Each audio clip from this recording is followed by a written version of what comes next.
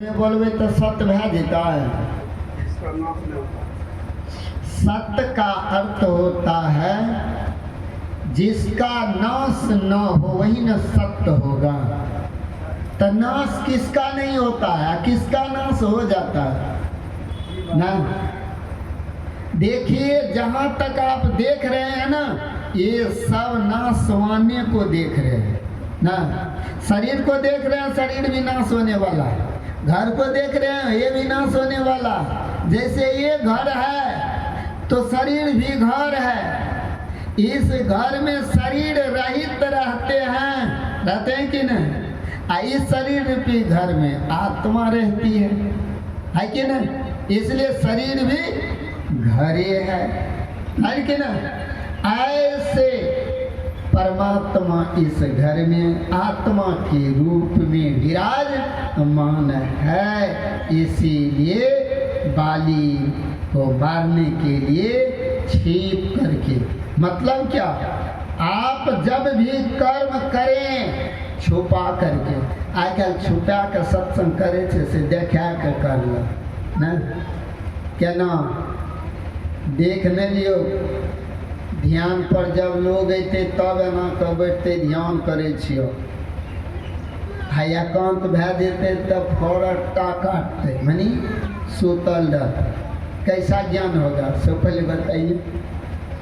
भजन भी छुप कर करने के लिए ये भगवान श्री राम ने ये प्रसंग हम सबको बतला करके इशारा करते हैं। अंतर्मुख होने के लिए किसी की जरूरत नहीं होती है, अपने आप एकांत में तल्लीन हो जाइए ना। लेकिन श्रद्धा होगी तब तो, श्रद्धा प्रेम चाहिए भजन करने के लिए। और जब प्रेम और श्रद्धा नहीं हुई तो भजन नहीं होगा। इसलिए हम मनुष्यों को ही ज्ञान दिया है। कहते हैं सत्य सोई जो बिन से नहीं। सत्य वही है जिसका विनाश नहीं होता है। उनका जब संग हो जाए तब समझना सत्संग हुआ है। तब क्या होगा, तब सत्संग। गुरु महाराज ने कहा प्रभु केवल सांचा और सब कांचा। केवल परमात्मा सत्य है और सब असत्य है। इसीलिए ऐसे असत्य का संग हम लोगों को हो गया है। किसका संग हुआ है? असत्य का।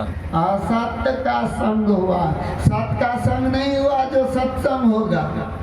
जैसा का संग होगा वैसा का रंग आपके ऊपर चढ़ेगा, नहीं चढ़ेगा है? देख लीजिए एगो चोर का संग कर लीजिए ना, चोरी सिखा देगा ना। अब बीड़ी पिया के देख लिए यार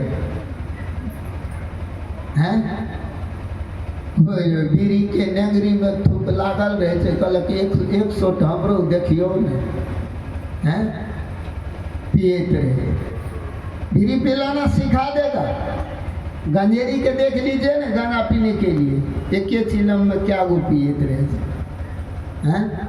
गंजेरी बना देगा। जैसा का संग करोगे वैसा ही आपको बना देगा। इसलिए हमारा भी संग किसी गलत से हो गया है। हमारा भी संग गलत से हो गया है। कैसे गलत से हुआ जानेंगे कि ना। हम शरीर नहीं है तब कौन, हम शरीर में रहने वाले हैं। शरीर जड़ तत्व है और शरीर में रहने वाला जड़ तत्व नहीं है, वह चेतन है। तो चेतन का संग किससे हुआ? जड़ तत्व से ना। तो जड़ तत्व से जो संग हुआ चेतन का, इसी को ग्रंथि कहते हैं, गांठ। जड़ चेतन की ग्रंथि पड़ गई ना, जड़ चेतन की ग्रंथि पड़ गई, गांठ यानी गांठ कहते मिला। तो अब कहेंगे शरीर संसार से मिलाप हो गया चेतन को ना।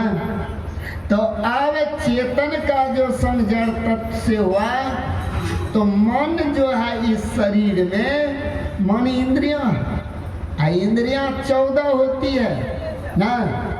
14 इंद्रियों का राजा ही मन है। सारे इंद्रियों को चलाने वाला जो वही राजा, देश को जो चलाएगा वही ना राजा है।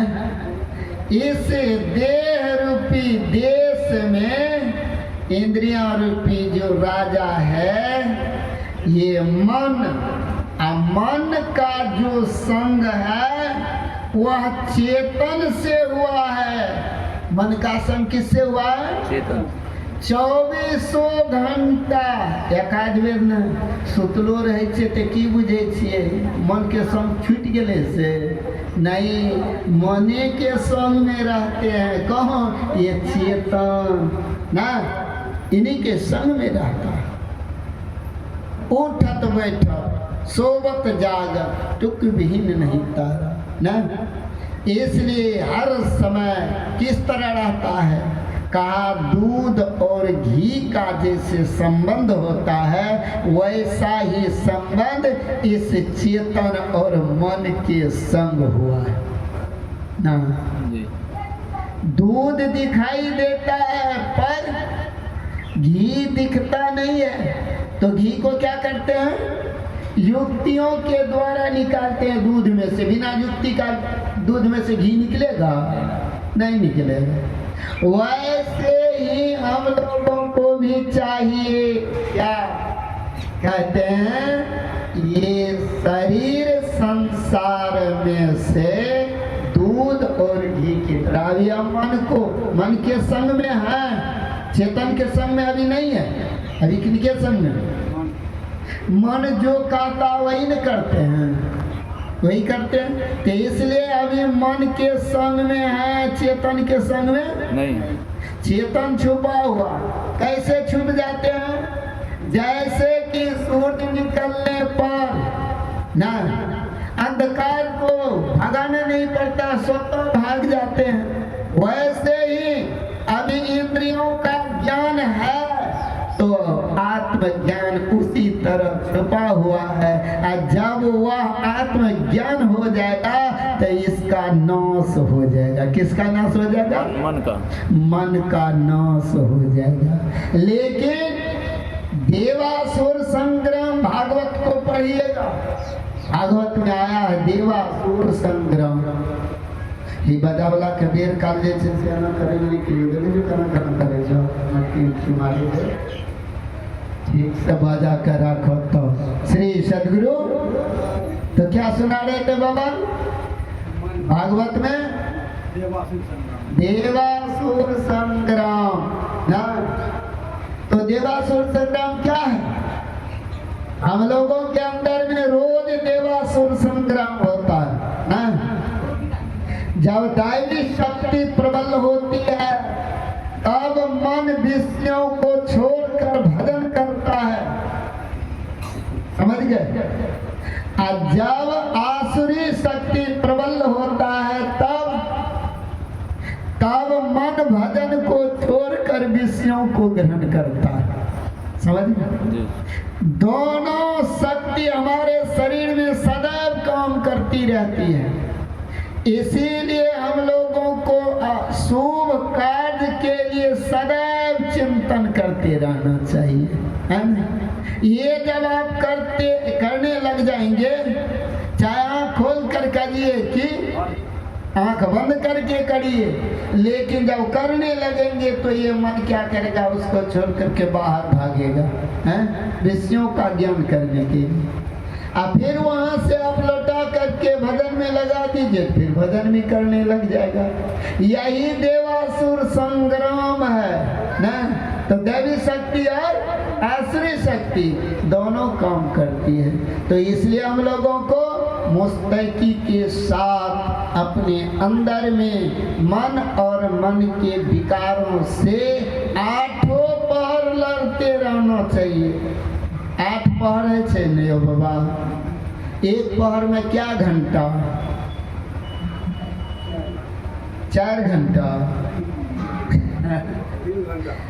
एक पहर में 3 घंटा आरतिया, 24 घंटा के दिन और रात एक दिन। आप बुझ गए न? तो इसलिए 8 पहर जब 3 घंटा वाले 24 घंटा लड़े ले कहे छे सुतबे कखनी है? सोए में भी युद्ध जारी रहता है बाबा। इसलिए कि जागृत की अवस्था में आप जैसी सोच कर रखेंगे ना, स्वप्न में भी वैसा ही होगा, वैसा ही होगा।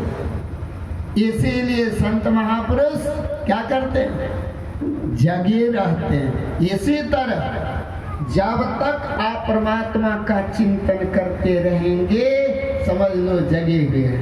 ये छूट गया तो समझ लेना सो गए हैं। तो अभी हम उसके सब के सब सोए हुए हैं, जगे हुए नहीं है। मोह के निशा में सब के सब सोए हुए। निशा का अर्थ यहाँ पर रात्रि है। मोह की रात्रि में सब के सब सोए हुए। कुछ दिखाई देता है। वो स्वामी जी ने कहा, मोह निशा सब सोई धारा, देखे स्वप्न अनेक प्रकार। जब आप मोह से घिर जाएंगे तब तो अनेकों अनेक स्वप्न आपको देखना पड़ेगा, अनेकों अनेक स्वप्न आपको देखना पड़ेगा। इसलिए मोह की दिशा से निकलो, ऊपर उठो, काम करो, धादि विकारों से युद्ध करो। ये युद्ध भूमि है। इसलिए शरीर को कुरुक्षेत्र कहा। शरीर को क्या कहा? कुरुक्षेत्र। कुरुक्षेत्र। कुरुक्षेत्र में कितनी युद्ध हुई थी? महाभारत हो गए। इसलिए शरीर में रोज महाभारत करो। कल के कीजिए सत्संग सुन के लिए बाबा कल के महाभारत करे ले, भैयारी में झगड़ा शुरू कर दे। अरे इस भैयारी से झगड़वे नहीं करता, अंदर में सारी इंद्रियां आपकी सखी ना बना हुआ है, भैयारी बना हुआ दियाद है, सब इससे झगड़े नहीं करते हैं। शरीर रूपी संसार में जो दियाद है उसी से लड़ना शुरू कर दे। क्यों भाई?